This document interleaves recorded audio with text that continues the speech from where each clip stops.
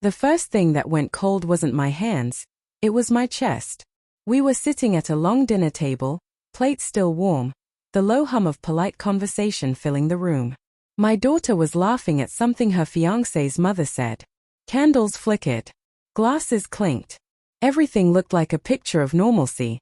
Then my son-in-law leaned closer and tapped my shoulder. Not hard. Almost gentle. He bent toward my ear and whispered, "My parents don't want you at our wedding." For a second, I honestly thought I'd misheard him. My brain searched for other words, another meaning. But when I turned to look at his face, his smile was tight, rehearsed. Not apologetic. Not angry. Just resolved. I froze. The room didn't stop moving. Forks scraped plates. Someone poured more wine. But inside me, something cracked open quietly, like a fault line shifting deep underground. I forced a nod, because that's what men like me do, we swallow things in public. I sat back in my chair and stared at my food, suddenly tasteless. My daughter didn't notice. Or maybe she did, and chose not to. That thought stayed with me long after the dinner ended. On the drive home, my phone buzzed. A message from my daughter. "Did you make it home okay?" I typed back, "Yes. Love you." I didn't ask why. Not yet. That night, I lay awake replaying the moment. The way he'd said my parents. Not where. The way he'd waited until dinner, until witnesses surrounded us, ensuring I wouldn't react. It wasn't just rejection.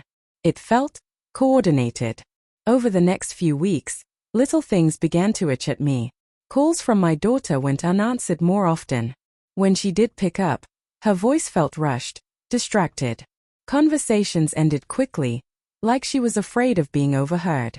Once, I saw her phone light up when she was visiting me.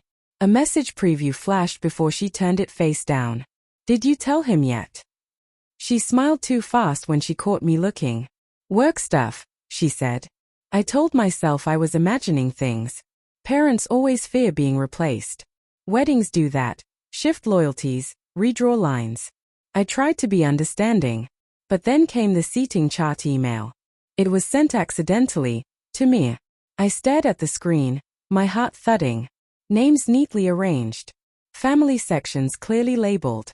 Under bride's family, there was my late wife's sister. Cousins. Even distant relatives. My name was nowhere. What was there, however, was another name beside my daughter's. A man I didn't recognize, marked as special guest. I felt stupid, sitting alone at my kitchen table, scrolling and re-scrolling like the name might change. I texted my daughter. "Who is Daniel?" 3 dots appeared. Disappeared. Appeared again.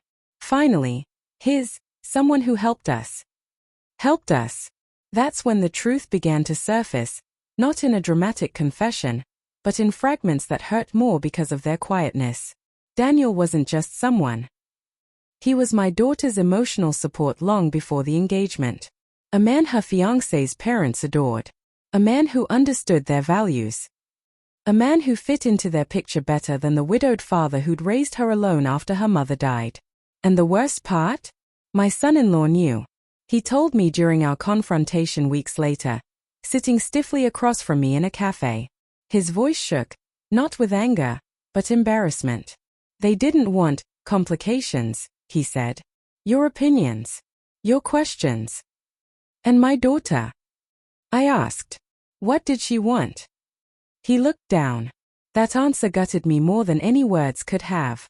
When I finally spoke to her, she cried. She said she was confused.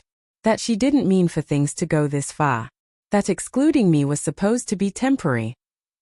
Temporary erasure still leaves a scar. I didn't yell. I didn't beg. I told her I loved her, because that part was still true. But I also told her I wouldn't sit quietly in a life where I was treated like an inconvenience. The wedding went on without me. On the day of it, I took a long walk instead. Past places where I'd once held her hand as a little girl. Past memories that now ached differently. I learned something painful but necessary that year.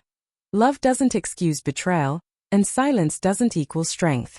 Sometimes, strength is walking away with dignity intact. I'm rebuilding now, slowly, learning to take up space again. Learning that being excluded doesn't mean I was unworthy. It just means I finally saw the truth.